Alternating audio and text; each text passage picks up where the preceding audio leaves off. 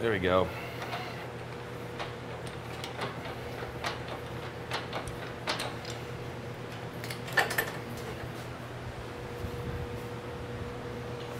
This rail here bleeds into the tank.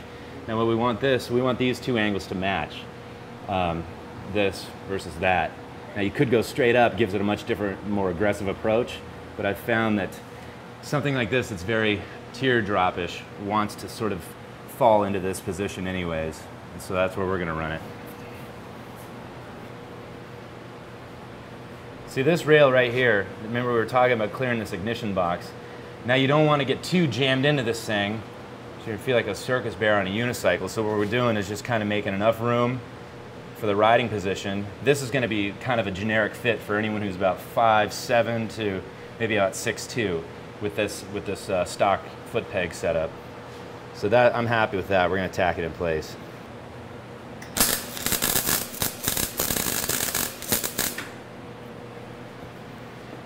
This is a pretty important rail because the design will start getting away from me pretty quick here if this isn't straight, and that becomes pretty apparent when you start running the back rails, which you'll see in a second. And if we're not straight, you'll see it.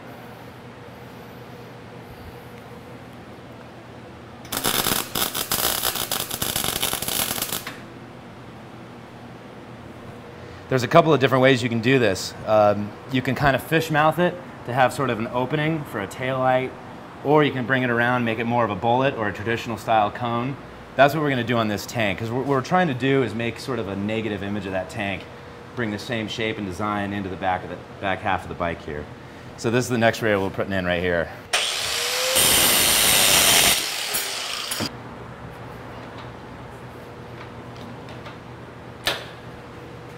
Yeah, that's nice.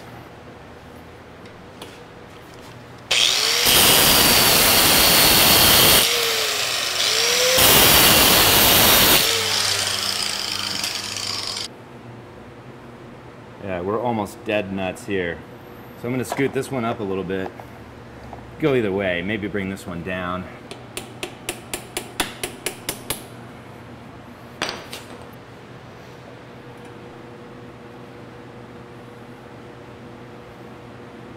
I like to run a little bit of kick on this tail piece, just so you can clear the tire. You don't want to suck your seat into the back of your tire here. So a little bit of maybe anywhere from, you can go as aggressive as you want, but you certainly need at least 15 degrees back here. So we're going to tack it right there.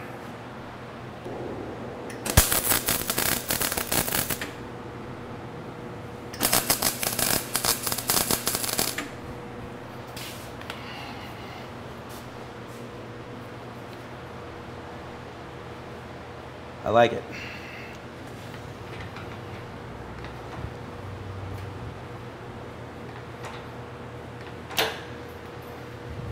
All right. Can you kind of tell what's happening there? So if we held this up to the tank, we almost have the same bend.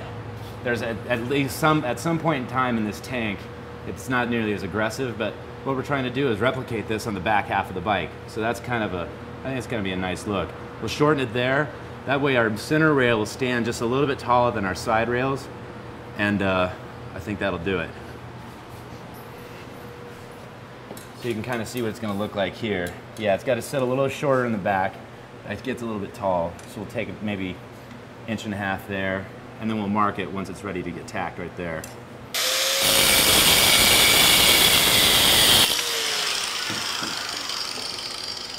One more cut. We're going to take another 1 inch off. It's good to go a little long here, because if you go short, it's harder to make up the difference. If you go long, you can kind of tuck this thing in between these rails. So I'll usually make a mark and then cut on the outside of it there.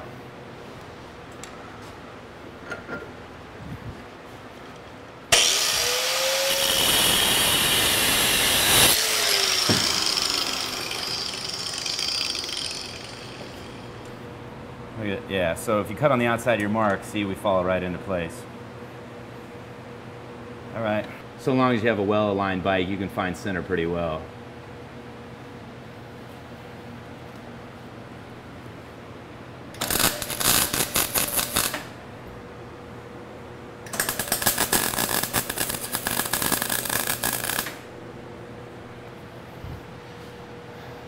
I like it.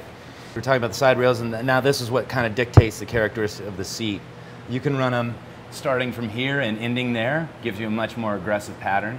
You can run it like this to develop more of a cone. You can run them in line to sort of have more of a ribbed effect, especially with an exposed cowling. This one's going to be fully upholstered. So let me bend up this rail. We're going to bend a longer piece this time. That way we can cut it out uniformly, and these will be identical. We could probably shorten this about maybe 6 to 8 inches, but we're just going to bend the whole thing because we need more bent pieces anyways for this part of the rail, and also to develop the actual pan of the seat. So we'll just bend this whole thing. And don't go too nuts with this bend. It'll start to look like a balloon on the back end of the bike instead of more of like a bullet or a cone. Yeah, see,